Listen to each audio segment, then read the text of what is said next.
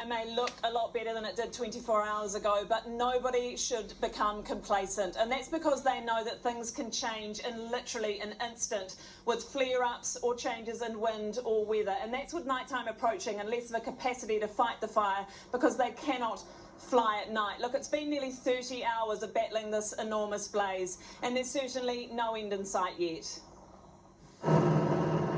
A thick blanket of smoke today, providing anything but comfort for Christchurch. As darkness fell last night, the helicopters were grounded and the fire roared into the sky. More than 100 households had fled their homes as the raging flames and black smoke imposed itself over the city. At dawn break, it was clear to see the resulting damage and remaining threat. The fight from the sky could begin again. Scary.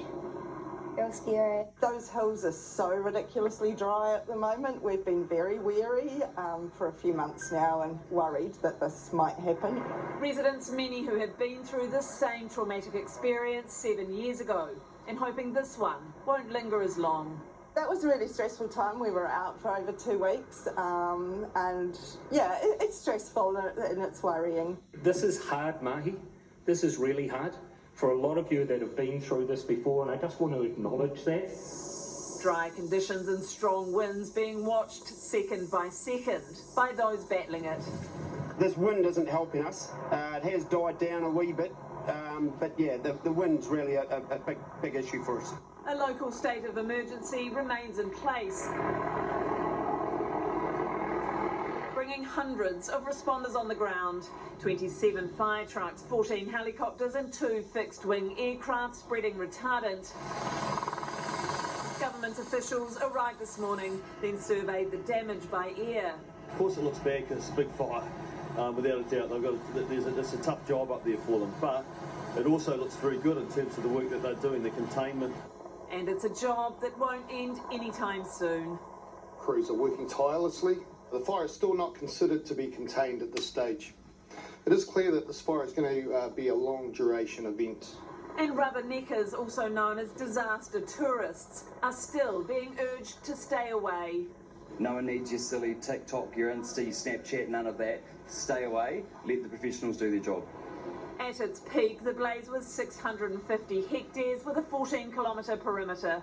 Our main efforts are to protect houses and not so much the burn area. So we're putting our efforts into protecting, the things that our communities value the most.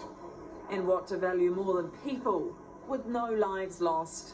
The speed of the response and the speed of the mayors and their decisions that they've taken has meant that there has been a world-class response to this fire event in Port Hills. Residents who are temporarily homeless and rightfully anxious, but also immensely grateful. We were affected last time and I think you are all doing a fantastic job. The response has been amazing.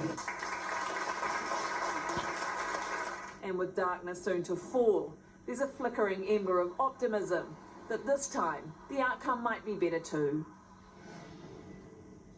And Michael, in breaking news, we have just heard that one home has been destroyed in this blaze. That is, one home has now burnt as a result of this blaze. Now, we will bring you any pictures we get of that if we get them over the coming hour and certainly in the coming days. But in breaking news, one home has been destroyed in this blaze. But that can't take away from what has been an outstanding response from Fire and Emergency New Zealand, not only in the fast and heroic efforts of battling this blaze, but also in the fact that the care and escorting the community around the place. I've seen many of the community being escorted and comforted today, and it wasn't always that way 7 years ago. So it's clear first responders have learnt a lot since then.